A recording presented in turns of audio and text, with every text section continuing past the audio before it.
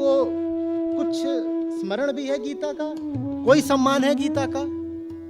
नहीं हो पाएगा, क्योंकि वहां वो क्या बोलते हैं? निराशी निर्ममो भव युद्धस्व विगत ज्वर। निर्मम हो जाओ, यहां कुछ अपना नहीं है। तुम किस मोह में फंसे हुए हो? निराशी हो जाओ।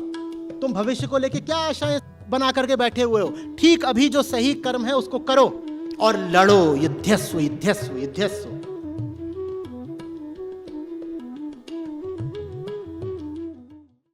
प्रणाम आचार्य जी। वैसे ज़्यादा समय हुआ नहीं, कुछ गत महीने ही होंगे जब से आपके वीडियोस देख रहा हूँ यूट्यूब पे, तो पहला ही मौका मिला आपसे संगति करने का। तो एक्चुअली दो मिले जुले से सवाल थे। एक तो उद्देश्य ऑब्जेक्टिव का था कि पूरा संसार या ब्रह्मांड भी जो चल रहा है इसका कुछ उद्देश्य है, या मतलब जो हम साइंस में पढ़ते आते हैं बस वैसे ही है। बिग बैंग हुआ, उसके बाद चल रहा है एवोल्यूशन या डिवोल्यूशन, जो भी चल रहा है कहीं सिद्ध होगा या कुछ ना माने कि नहीं होगा, जैसा भी चल रहा है चलता रहेगा। और दूसरा पात्रता को लेकर है। हम जैसे एक इंसान को देखें और बाकी सारे जीवों को एक तरफ देख लें, तो जो IQ मिला, इंटेलिजेंस मिला, जो भी क्रिएटिविटी मिली, वो 19-20 का फ़र्क नहीं है। इंसान में इतनी ज़्यादा और बाकी किसी और जीव जंतु में नहीं है। तो उसको इस पर्सपेक्टिव में कैसे देखें कि वो क्यों मिली हमें? क्योंकि अगर मैं हिस्ट्री देखूं, अपना रिपोर्ट कार्ड, ट्रैक रिकॉर्ड देखूं इंसान का, तो हमने उसका मोरलेस अब्यूज़ ही किया है। जिस फॉर्म में हमें मिली थी धरती, मैं अपना भी जीवन काल देखूं, 40 साल पहले जो थी धरती, 40 साल बाद तो कुछ ना कुछ दुर्गति हुई है। तो ये जा किस तरफ रहा है? मैं लायक भी हूँ, मतलब एज ए ह्यूमन बीइंग हम इस लायक भी हैं, या हमें जैसे एनोमली हैं कि हमें यार गलती से मिल गई है और हम मोरलेस कुछ नहीं, एक भस्मासुर हैं। जैसे कुछ किसी बाकी जीव किसी को खा रहा हो तो वो भी ठीक बात है, हम तो मतलब हमें मालूम है हम इसी तरह खाते रहे तो हम अपना ही नाश करेंगे, फिर भी हम खाए जा रहे हैं।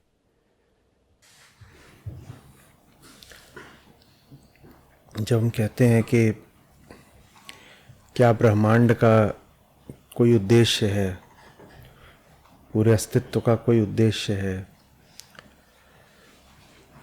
तो वो उद्देश्य किसके लिए, ये बात कभी नहीं भूलनी चाहिए। बात तो हम ही कर रहे हैं ना ब्रह्मांड की। ब्रह्मांड स्वयं तो आया नहीं है पूछने कि मेरा उद्देश्य बता दो। तो ब्रह्मांड का कोई उद्देश्य होगा भी तो उसी के लिए होगा ना जो उसके उद्देश्य के बारे में जिज्ञासा कर रहा है। तो ब्रह्मांड का उद्देश्य निश्चित रूप से है, और वो क्या है? उसका उद्देश्य है आपको आपकी मुक्ति में सहायता देना। लेकिन हम कह दें कि ये ब्रह्मांड का उद्देश्य है तो बात पूरी तरह ठीक नहीं है, क्योंकि उद्देश्य होने के लिए पहले चेतना होनी चाहिए। जहां चेतना नहीं है वहां क्या उद्देश्य होगा? पत्थर का क्या उद्देश्य होगा? उसका अपना तो कुछ उद्देश्य होता नहीं। आप पत्थर को किस तरह इस्तेमाल करते हैं, इसमें आपका उद्देश्य होता है। पत्थर का अपना तो कोई उद्देश्य होता नहीं। तो आप पर निर्भर करता है फिर कि आप अपने जीवन के उद्देश्य को पहचानते हैं या नहीं। आप यदि पहचानते हैं तो ब्रह्मांड सहायक हो जाएगा। आप नहीं पहचानते तो वही ब्रह्मांड आपके लिए माया बनकर आपको भटकाए रखेगा। तो बात अपने आप को और फिर अपने जीवन के उद्देश्य को पहचानने की है। आप स्वयं को जान गए, अपने उद्देश्य को जान गए, तो हितैषी है, मित्र है ब्रह्मांड। आप स्वयं को नहीं जानते तो पूरा संसार और आपका जीवन आपका ही दुश्मन बन जाएगा। उपनिषद कहते हैं ना कि आपका बड़े से बड़ा मित्र भी आप स्वयं हैं और बड़े से बड़ा शत्रु भी आप स्वयं हैं। सही प्रयोग करना जानो तो जो कुछ भी है सामने वो काम ही आएगा, सदुपयुक्त ही होगा। और सही उपयोग नहीं करना जानो तो सामने कोई अमृत का कटोरा भी रख देगा तो वही कटोरा उठा के अपना सर फोड़ लोगे। अमृत फेंक दोगे और कटोरा उठाओगे और अपना सर फोड़ लोगे। तो ये हम पर निर्भर करता है। भूलिएगा नहीं कि ब्रह्मांड के दृष्टा आप हैं। ब्रह्मांड है भी, इसके अनुभोक्ता सिर्फ आप हैं। ब्रह्मांड जैसी कोई हस्ती है, इसको प्रमाणित करने वाले सिर्फ आप हैं। तो ब्रह्मांड का कोई उद्देश्य है भी तो सिर्फ आपके लिए, और अन्यथा अपने लिए ब्रह्मांड का तो कोई अस्तित्व ही नहीं है, तो उद्देश्य क्या होगा। भूलिएगा नहीं कि ब्रह्मांड अपने आप में कोई स्वतंत्र, आजाद, ऑब्जेक्टिव तथ्य नहीं है। आप हैं तो ब्रह्मांड है। चेतना नहीं तो ब्रह्मांड नहीं। तो ब्रह्मांड का उद्देश्य है भी तो किसके लिए? फिर आपके लिए, आपकी चेतना के लिए। ये एक बहुत भिन्न दृष्टि है पूरी दुनिया को देखने की। जब आप दुनिया को देखते हैं कि ये मेरे भोग की वस्तु है, तो आपका एक रिश्ता बनता है दुनिया से। दुनिया माने ब्रह्मांड, संसार, मैं जो भी बोलूंगा वो सब समानार्थी समझिए। विश्व बोल दूं वो भी वही बात है। जब आप कहते हैं कि ये दुनिया मेरे भोग के लिए बनी है, तो दुनिया से आपका एक रिश्ता बनता है। और जब आप समझ जाते हैं कि ये जन्म, आपका पूरा जीवन और पूरा संसार आपकी मुक्ति में सहायता करने के लिए है, तो आपका स्वयं से, जीवन से, समय से, संसार से, सब संसाधनों से एक बिल्कुल अलग संबंध बनता है। फिर आप ये नहीं कहते कि मैं दुनिया में आया हूं दुनिया को भोगने, लूटने, नोचने, खसोटने के लिए। फिर आप तलाशते हो कि यहां ऐसा क्या है जो मुझे सच्चाई की ओर ले जाएगा। यहां ऐसा क्या है जो मुझे मेरे भ्रमों से और बंधनों से आजाद कराएगा। समझ में आ रही है बात? लेकिन जैसा कि स्पष्ट है, ज्यादातर लोग कोई अंतर्दृष्टि रखते नहीं। उनके लिए ब्रह्मांड बिल्कुल वही चीज होता है जो वो है ही नहीं। वो ब्रह्मांड को एक वस्तुगत तथ्य, एक ऑब्जेक्टिव रियलिटी की तरह देखते हैं। यही द्वैत है। वो कहते हैं मैं हूं और ये दुनिया है, और मैं कुछ दिनों के लिए इस दुनिया में हूं, उसके बाद मैं चला भी जाऊंगा तो ये दुनिया तो रहेगी। मेरे आने से पहले भी दुनिया थी, मेरे जाने के बाद भी थी। कुछ दिनों के लिए आया हूं, चलो जल्दी से मजे मार लो, भोग लो, भोग लो। ये नतीजा है विचार न करने का। ये नतीजा है दर्शन में, फिलॉसफी में न बैठने का। ये अचिंतन का नतीजा है। ये नतीजा है आध्यात्मिक न होने का। विचार, फिर दर्शन और फिर अध्यात्म, ये तीनों एक ही श्रृंखला में होते हैं। और आम आदमी के पास इस श्रृंखला की पहली कड़ी भी नहीं होती। आम आदमी तो विचारक भी नहीं होता। बहुत कम लोग होते हैं जो अपने बारे में, जीवन के बारे में गहराई से सोचते हैं। जहां विचार नहीं वहां दर्शन नहीं, जहां दर्शन नहीं वहां अध्यात्म नहीं। तो हमें जब कुछ नहीं पता होता तो फिर हम दुनिया के प्रति सिर्फ एक क्रूर, हिंसक भोग की दृष्टि रखते हैं। और वही वजह है कि आपने कहा कि पिछले 40 साल में हमने पृथ्वी की उतनी दुर्गति कर डाली जितनी पिछले 10 लाख साल में नहीं हुई थी। चाहे वो वातावरण में कार्बन डाइऑक्साइड का अनुपात हो, जो कि 40 साल में लगभग 1.5 गुना हो गया है। पिघलते ग्लेशियर हो, प्रदूषण हो। आप जहाँ बैठे हैं वहाँ आज का AQI आपको पता है ना कितना है? एयर क्वालिटी इंडेक्स कितना है? 400। हाँ, 400। और स्वस्थ स्तर कितना होता है? 50 से नीचे। 50 से नीचे का स्तर होता है और आप 400 पर बैठे हैं खुद ही करके, और फिर हम कहते हैं कि हमारे पास बुद्धि है, हम कहते हैं हम विशेष हैं।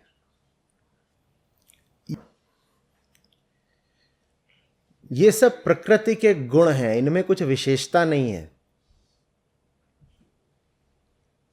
मनुष्य की विशेषता यदि है भी तो अधिक से अधिक एक संभावना की तरह होती है, तथ्य की तरह नहीं।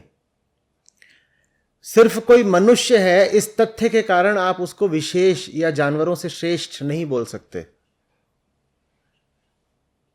उसमें अगर कुछ विशेष माने अलग, कुछ खास है भी तो ये कि उसके पास एक संभावना भर है ऐसी जो अन्य जीवों के पास नहीं होती। वो संभावना क्या है? आत्मज्ञान की। लेकिन साथ ही साथ उसमें एक और संभावना है जो अन्य जीवों के पास नहीं होती। वो ये है कि अगर आत्मज्ञान नहीं होगा तो ये आदमी राक्षस बन जाएगा। तो हमें जो विशिष्ट संभावना दी गई है मनुष्य जन्म लेने पर, वो दोनों दिशाओं में है। एक संभावना यह है कि आप दैवीयता को प्राप्त हो जाओ, जग जाओ, और उसका माध्यम मैंने बता ही दिया, चिंतन, दर्शन, अध्यात्म। और दूसरी संभावना यह है कि आप जानवरों से भी बदतर जानवर बन जाओ। और शर्त यह रख दी गई है हमारी हस्ती में कि अगर पहली संभावना को प्राप्त नहीं होगे तो दूसरी संभावना निश्चित है। आप ये नहीं कह सकते कि मैं न देवता हूं न दानव हूं, मैं तो बस इंसान हूं। पशु बिल्कुल कह सकता है कि मैं न भगवान हूं न शैतान हूं, मैं तो बस जानवर हूं, और बिल्कुल ठीक है। ये बात पशु पर बिल्कुल उपयुक्त है कि भाई मैं बहुत ऊंचा नहीं उठ सकता तो मैं बहुत नीचा भी नहीं गिरा हुआ हूं, मैं जैसा पैदा हुआ था मैं पशु हूं, गाय गाय है, कुत्ता कुत्ता, शेर शेर है, हिरण हिरण है। वो अपनी अपनी प्रकृतिगत व्यवस्था के अनुसार व्यवहार करते रहते हैं। कभी आपको कोई बहुत गिरा हुआ शेर नहीं मिलेगा, कभी आपको बहुत कोई उठा हुआ हिरण नहीं मिलेगा। नहीं मिलेगा कोई शेर जो आत्मज्ञान के लिए अपनी गुफा में बैठ गया धूनी रमा करके। कोई आपको विचारक मगरमच्छ नहीं मिलेगा। साथ ही साथ कोई ऐसा मगरमच्छ भी नहीं मिलेगा जो होलोकॉस्ट करने पर उतारू हो। मार ही दूंगा जिन लोगों को पसंद नहीं करता, उनकी पूरी प्रजाति का सफाया कर दूंगा। मिला कोई ऐसा मगरमच्छ? मछली खाता है, मछलियों के साथ रहता है, लेकिन ऐसा तो हमने कहीं नहीं सुना कि सारी मछलियां खा के साफ कर दी, कह रहे मैं रहूंगा। तो पशु दोनों ओर से संभावनाओं से मुक्त हैं। इसको आप ऐसे भी कह सकते हो कि पशु दोनों ओर से संभावनाओं से हीन हैं। उनको ना उठने की संभावना दी गई है ना गिरने की संभावना दी गई है, तो मस्त हैं। उनको बीच में एक सुरक्षित स्थान दे दिया गया है जहां उनकी प्राकृतिक पशुता रहती है और उसके अनुसार वो स्वच्छंद आचरण करते हैं। मनुष्य को दोनों ओर की संभावनाएं दे दी गई हैं, वही उसका वैशिष्ट्य है। बहुत उठ भी सकते हो और बहुत गिर भी सकते हो। इसीलिए फिर संतों ने गाया है कि बार बार मनुष्य जन्म नहीं मिलता है, भाई तुम इसका सदुपयोग कर लो, मनुष्य जन्म विशेष है। तो जब वो कहते हैं मनुष्य जन्म विशेष है तो हमारे अहंकार के कारण हमको बड़ा भ्रम हो जाता है। हम सोचते हैं अच्छे अर्थ, ऊंचे अर्थ में ही तो विशेष है मनुष्य जीवन। मनुष्य जीवन दोनों अर्थों में विशेष है। यहां उठने की उद्दाम संभावना है तो पतन की भी अपार संभावना है। और अब सुनिए कि दोनों संभावनाओं का अनुपात क्या है। दोनों संभावनाओं का अनुपात है 1 और 999। अब बताइए, मनुष्य जन्म वरदान है या अभिशाप? उठने की संभावना है 1/1000, और जानवरों से भी बदतर गिर जाने की संभावना है 999/1000। अब बताओ तुम्हारे साथ बड़ा भला हुआ या बुरा हुआ कि इंसान पैदा हुए? तो बाजी ले गए कुत्ते। कुत्ते कहीं बेहतर हैं। कुत्ता कुत्ता ही रहेगा, वो कुत्ता होने से नीचे तो नहीं गिरेगा ना, कम से कम। इंसान कुत्तों से भी बदतर गिर सकता है, और 1000 में से 999 लोग कुत्तों से भी बदतर जीवन ही जीते हैं। कोई एक होता है जो पशु क्या मनुष्य से भी ऊपर उठ जाता है, कभी कृष्ण कभी बुद्ध कहलाता है। पर वो 1000 में एक होता है, और 1000 में किसी एक का उदाहरण लेकर के, प्रमाण लेकर के हम ये नहीं कह सकते कि पूरी मनुष्य जाति विशेष है किसी ऊंचे अर्थ में। 1000 में से एक आदमी है जो मनुष्यता की विशिष्ट संभावना का सदुपयोग कर पाता है। 1000 में से 999 लोग तो दुरुपयोग ही करते हैं, बहुत बुरा गिरते हैं। तो इंसान पैदा होना तो बहुत बहुत खतरे की बात है। समझ में आ रही है बात?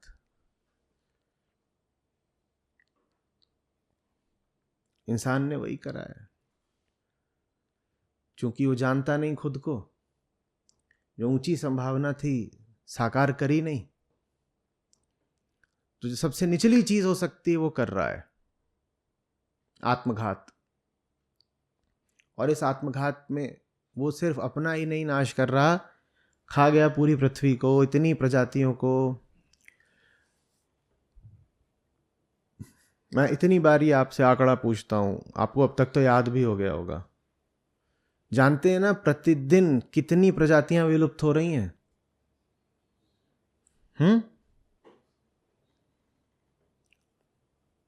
अनुमान कहते हैं लगभग 10,000।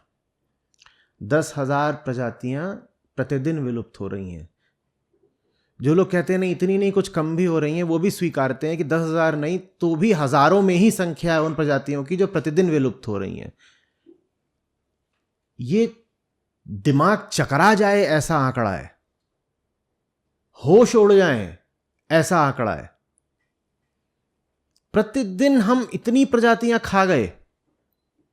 कुछ उसमें से ऐसी हैं जो प्राकृतिक कारणों से विलुप्त हो रही हैं। जो प्राकृतिक कारणों से विलुप्त हो रही हैं वो इनमें से सिर्फ 2-4% हैं। बाकी सब हमारी करतूतों से, हमारे अत्याचार और हमारी क्रूरता से विलुप्त हो रही हैं।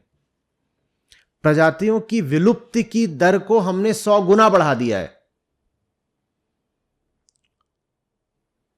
प्रकृति के साधारण प्रवाह में भी प्रजातियां आती जाती रहती हैं, लेकिन जिस दर से वो मिटती हैं हमने उस दर को 100 गुना, लगभग 1000 गुना बढ़ा दिया है।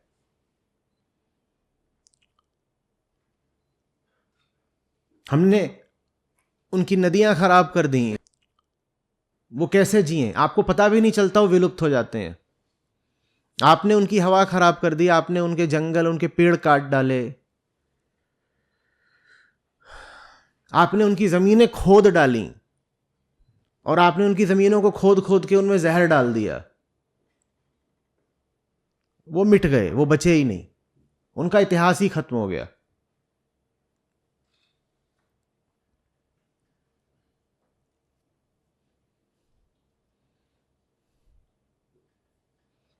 एक राक्षस था, तो कहते हैं पौराणिक कहानी है, उसने महादेव की आराधना करी तो प्रसन्न हुए। ले क्या चाहिए? बोले जिसके सर पे हाथ रखूं वो भस्म हो जाए। आपने असुर का उल्लेख किया तो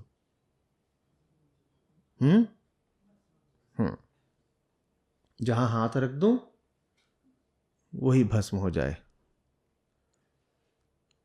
मिल गई उसको एक विशेष शक्ति, और क्या करा उसने उस विशेष शक्ति का? वो महादेव के पीछे दौड़ा, बोला इन्हीं को सबसे पहले खत्म करूं। उस असुर का नाम इंसान है, जिसे शक्ति तो मिली हुई है लेकिन शक्ति को संचालित करने वाला कोई सुंदर प्रकाशित केंद्र नहीं मिला है। वो है राक्षस ही भीतर से, बाहर बाहर शक्ति पा गया है। और एक राक्षस के हाथ जब शक्ति लग जाती है तो इससे खतरनाक बात, दुर्भाग्यपूर्ण बात हो नहीं सकती। हम वही राक्षस हैं जिसके हाथ शक्ति लग गई है। लेकिन फिर होता क्या है ऐसे राक्षस का? वो भाग रहा है। तो कथा कहती है कि शिव गए विष्णु के पास, बोले ये नई आफत खड़ी हो गई, ये मुझे ही दौड़ा रहा है। विष्णु बोले रुको, कुछ करते हैं, आप थोड़ा इधर छुप जाइए। तो विष्णु ने एक आकर्षक स्त्री का रूप ले लिया, मोहिनी, और उसके सामने गए। तो प्रसन्न हो गया, बोले मैं तो हूं ही बड़ा आदमी, ये देखो मुझसे मिलने आई है। तो वो पूछता है बताओ क्या चाहिए? बोलता कुछ नहीं, वो मैं शिव को ढूंढ रहा था, मारना है। बोले अरे शिव तो ऐसे ही है, शिव ने वरदान दे दिया और तुमने मान ही लिया कि उसके वरदान में कुछ दम होगा। शिव में तो कुछ है ही नहीं, कोई वरदान वगैरह नहीं है, कहीं भी हाथ रखोगे कोई भस्म थोड़ी हो जाएगा। तो बोला हाँ ये बात, बोले जांचो पहले तो कि ऐसा कुछ है भी कि नहीं। बोला कैसे जांचे? बोले अरे अपना ही सर है ना, हाथ रखो देखो एक बार कुछ होता भी है। तो उसने रख लिया हाथ अपने सर पे, उसमें उसके प्रति भी श्रद्धा नहीं जिससे उसको मिली है शक्ति। उसे शिव पर ही संदेह हो गया, ये मनुष्य है, ये राक्षस नहीं है। जिससे उसे सब कुछ मिला, पहले वो उसको मारने दौड़ रहा है, फिर उस पर संदेह कर रहा है, और तमाम तरह के भोग को लेकर उसमें खूब आकर्षण है। तो उसने अपने ही सर पे हाथ रख लिया और कथा कहती है वो खुद ही भस्म हो गया। बहुत प्रतीकात्मक है ना कहानी ये।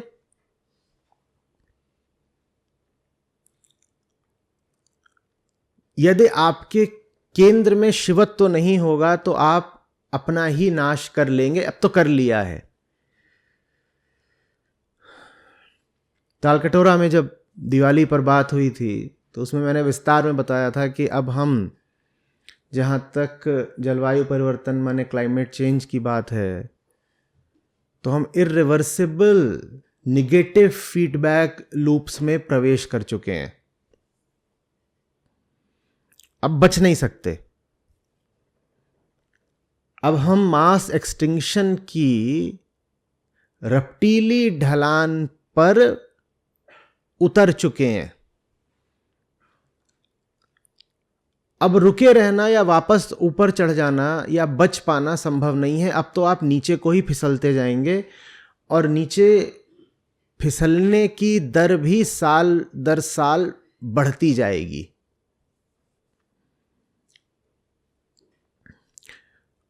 मैं इस विषय में 10 साल से बोल रहा हूं। अभी कोई 10 साल पुराना वीडियो था तो उसमें मैं चिल्ला चिल्ला के सबको आगाह कर रहा था कि पृथ्वी का औसत तापमान लगभग 0.7 0.8 डिग्री बढ़ चुका है। जल्दी ही 1 डिग्री हो जाएगा। जागो जागो। जानते हो आज कितना बढ़ चुका है? और मैं तब कह रहा था कि 0.78 बढ़ चुका है, क्या कर रहे हो, उठो। और मेरे चिल्लाते चिल्लाते देखते देखते जितना बढ़ा हुआ था उससे दूना बढ़ गया। मैं यही बहुत बड़ी बात समझ रहा था कि कहीं 1 डिग्री ना बढ़ जाए औसत तापमान। 1 डिग्री से बहुत आगे बढ़ गया वो हमारे देखते देखते। और ये 2.5-3 डिग्री पर भी रुकने वाला नहीं है। पहले मुझे लगता था कि रिसर्च रिपोर्ट्स पढ़ के या अंतर्राष्ट्रीय कन्वेंशंस देख करके कि हम कितनी भी बुरी इसमें परफॉर्मेंस दिखा दें, कितने भी अक्षम तरीके से व्यवहार कर लें, लेकिन हम जो कार्बन डाइऑक्साइड वगैरह का उत्सर्जन रोकने के लिए कदम उठा रहे हैं उससे भाई ये 2-2.5 डिग्री पर तो रुक ही जाएगा। और अब मुझे लगभग निश्चित हो रहा है कि ये 3 डिग्री पर भी नहीं रुकने वाला। ये 4-5 शायद 6 डिग्री तक जाएगा। और 6 डिग्री का तो मतलब ये एक जीव नहीं बचेगा, कम से कम इंसान तो नहीं बचेगा। हम महाप्रलय में पूरे तरह से प्रविष्ट हो चुके हैं। पहले भी 5 बार जब प्रजातियों का समूल विस्तृत नाश हुआ तो 5 में से 3 बार जो कारण था वो कार्बन डाइऑक्साइड ही था।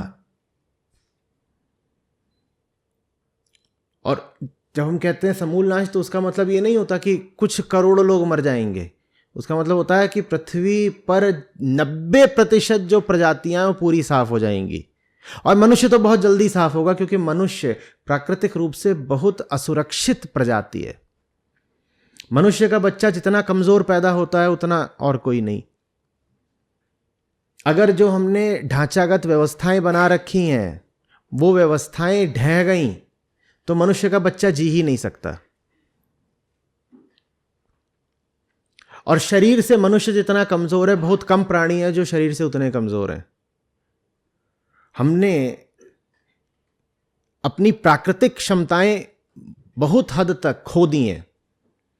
अब हम अपने कृत्रिम आविष्कारों पर,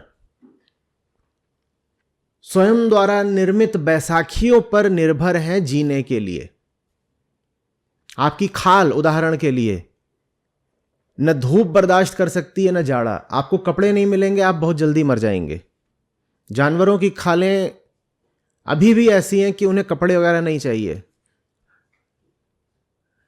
अगर महाप्रलय की स्थिति बन रही है और उसमें यह हो गया कि कपड़े वगैरह उपलब्ध नहीं है ठीक से, हम ऐसे ही मर जाएंगे। गाय का बच्चा पैदा होता है, उसको कितने दिन लगते हैं अपने पांव पे चल पड़ने में? लगभग तत्काल। कई बार जिस दिन पैदा होता है उसी दिन वो चलने लग जाता, खड़ा हो जाता है। हाँ, और मनुष्य के बच्चे को चलने में कितना समय लगता है? मनुष्य का बच्चा सबसे कमजोर बच्चों में से होता है। 10 साल, 12 साल, 15 साल उसको संरक्षण की जरूरत पड़ती है, तब वो जी पाता है। उसको आप जंगल में छोड़ दीजिए, आप 1000 बच्चे पैदा हो उनको जंगल में छोड़ दीजिए, 1000 में एक नहीं बचेगा। आप भले उनको उनकी माओं के साथ छोड़ दीजिए, भले ही वो बच्चे अब मां का दूध ना पीते हो, साल भर से ऊपर हो गए हो, फिर छोड़ दीजिए तो भी नहीं बचेंगे। हम इतने कमजोर हैं। और ये जो क्लाइमेट चेंज होगा ये हमारी सभ्यता को हर तरीके से छिन्न भिन्न कर देगा। पूरी अर्थव्यवस्था ढह जानी है, पूरे के पूरे शहर डूब जाने हैं। जिन सामानों के बिना, जिन उत्पादों के बिना, चीजों के बिना आप जी नहीं सकते, उन चीजों की सप्लाई लाइंस बाधित हो जानी है। आपके पास कोई भी सामान ऐसे ही थोड़ी आ जाता है, वो 10-20 नोड्स से होकर के गुजरता है। उसमें से एक नोड भी बाधित हो गई तो सामान आप तक नहीं पहुंच सकता। और हम ऐसे आश्रित हो गए हैं कि उन सामानों के बिना हम जीवन की कल्पना भी नहीं कर सकते। अब उदाहरण के लिए, अगर कोल फायर्ड प्लांट तक कोयला नहीं पहुंचा तो मुझे बताइए आप बिजली के बिना कितने दिन जी पाओगे? यूरोप कितने दिन जी पाएगा बिजली के बिना? अभी रूस यूक्रेन वॉर हो गया, उन तक गैस नहीं पहुंच पा रही है। जाड़े में हालत खराब। अब आ रहा है जाड़ा, आ चुका है वहां तो, क्योंकि इतनी गैस जलानी होती है सिर्फ जीने के लिए। तापमान जाता है 0 से 10 नीचे, 20 नीचे, तो वो फिर ऑयल जलाकर और गैस जलाकर किसी तरह जीते हैं। और यही ऑयल गैस पहुंचना बंद हो जाएगा तो जियोगे कैसे? सब मर जाओगे। एक एक दिन में करोड़ों मरेंगे। और जैसे हम हैं राक्षस, हम नरभक्षी और हो जाएंगे। हम अपनों को ही खाएंगे कि उससे क्या पता 2-4 दिन अतिरिक्त मिल जाए जीने को। एक कहानी मैंने पढ़ी थी, नाम नहीं याद आ रहा, खोजेंगे मिल जाएगी, जिसमें एक व्यक्ति है और शायद रूस में ही है। उसका जाड़े के दिन है और उसको एक जगह से दूसरी जगह जाना है और उसको बार बार चिताया जा रहा है कि दिन रहते चला जा, बर्फ बहुत पड़ रही है, जाड़े के दिन है और तापमान एकदम 10-20-30 डिग्री नीचे है शून्य से, और उसको बोला जा रहा है तू जा, और वो किसी कारणवश देर कर देता है, आलस में, मस्ती में। फिर वो निकल पड़ता है, उसे पैदल जाना है, और बर्फ का ऐसा क्षेत्र है कि वहाँ गांव भी निर्जन है, वहाँ जिस रास्ते से निकल रहा है वहाँ कोई नहीं, बस वो अपने कुत्ते को साथ लेके निकल रहा है। और वो निकल पड़ता है, थोड़ी देर में वो पाता है अंधेरा हो रहा है और ठंड बहुत बढ़ रही है, और रास्ता 2-3 घंटे का है। वो 1-1.5 घंटे की यात्रा कर चुका है, वापस लौटने में भी कोई समझदारी नहीं, वापस लौटने में भी उतना ही समय लगेगा जितना आगे पहुंचने में। अब उसका सारा आत्मविश्वास डगमगाने लगता है, उसको दिखने लगता है कि ठंड इतनी बढ़ गई है कि कुछ अनिष्ट ही होने जा रहा है। बात साधारण नहीं रही, बात मजाक से बहुत आगे जा चुकी है, और ठंड बढ़ती ही जाती है और ठंडी हवाएं भी चलने लगती हैं, और फिर वो अंततः समझ जाता है कि आज अब बच नहीं सकते, तो एक पेड़ के नीचे बैठ जाता है।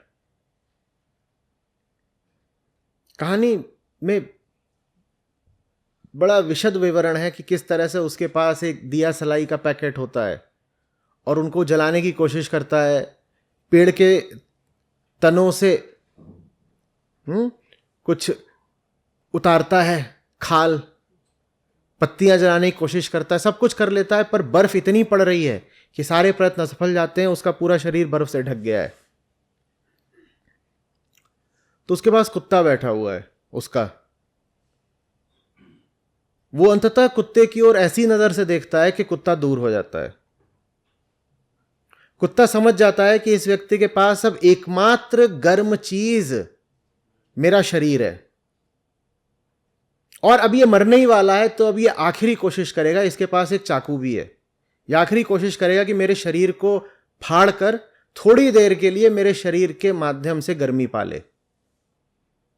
लेकिन वो व्यक्ति जिस नज़र से कुत्ते को देखता है, कुत्ता पहचान जाता है कि ये क्या करने वाले हैं।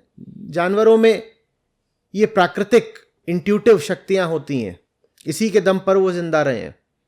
वो आपकी नज़र देख करके जान जाते हैं कि आप क्या हो। आप पाएंगे कि मांसाहारी लोगों के पास अक्सर जानवर आते ही नहीं है।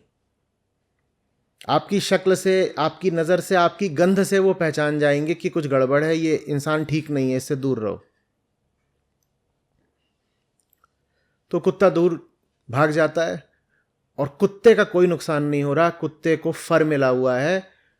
उसी प्राकृतिक फर के दम पे वो बर्फ पार कर जाता है, वो अगले गांव पहुंच जाता है। ये इंसान वहीं मर जाता है पेड़ के नीचे ठंड में।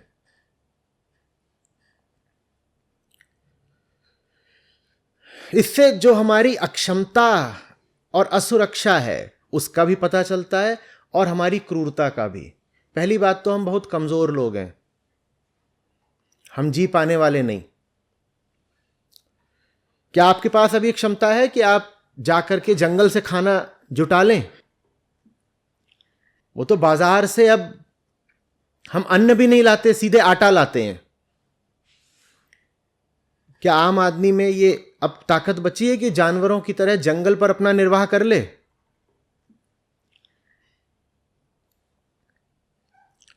तो ये जो मास एक्सटिंक्शन होगा, इसमें 80-90% प्रजातियां विलुप्त हो जाती हैं, जिसमें मनुष्य की तो निश्चित रूप से होगी। जो थोड़ी बहुत कुछ बच भी जाएंगी उनमें मनुष्य प्रजाति तो नहीं होगी, और ये सब कुछ बहुत जल्दी होगा। हम उसमें आ चुके हैं, हम चाहें भी तो अब उसको रोक नहीं सकते।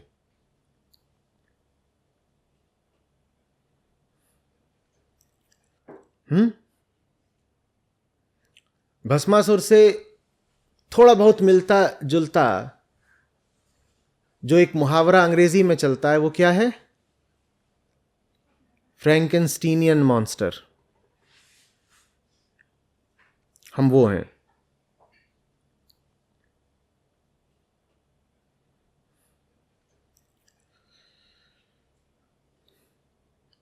और मजे की बात यह है कि हम अभी भी मौज में हैं।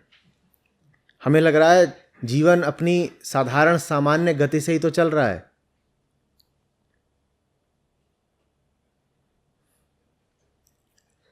कुछ खास थोड़ा ही हो रहा है।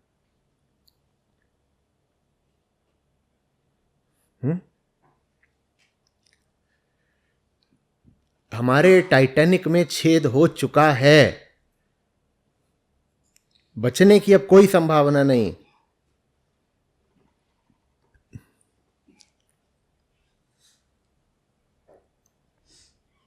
ये मैं अभी भी देखता हूं, बड़ी गंभीरता से दूसरे मुद्दों पे बात की जा रही है।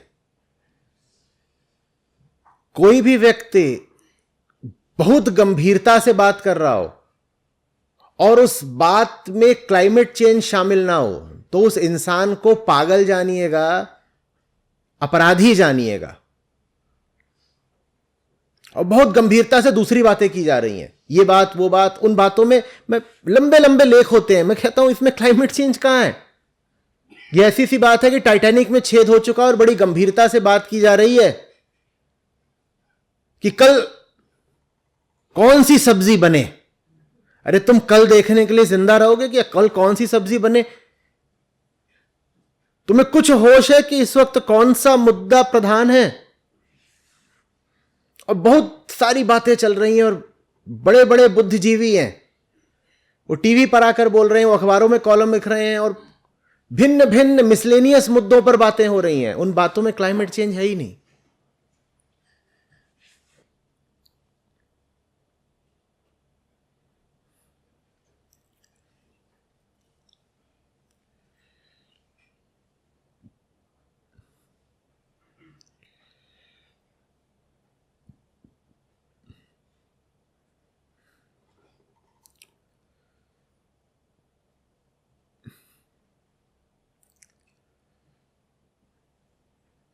सबसे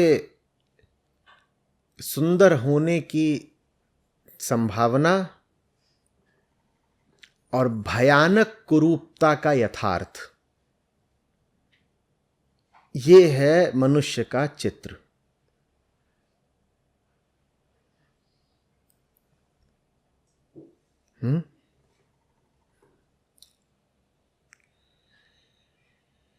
शिव हो पाने की संभावना, लेकिन भस्मासुर हो जाने का यथार्थ, ये है मनुष्य।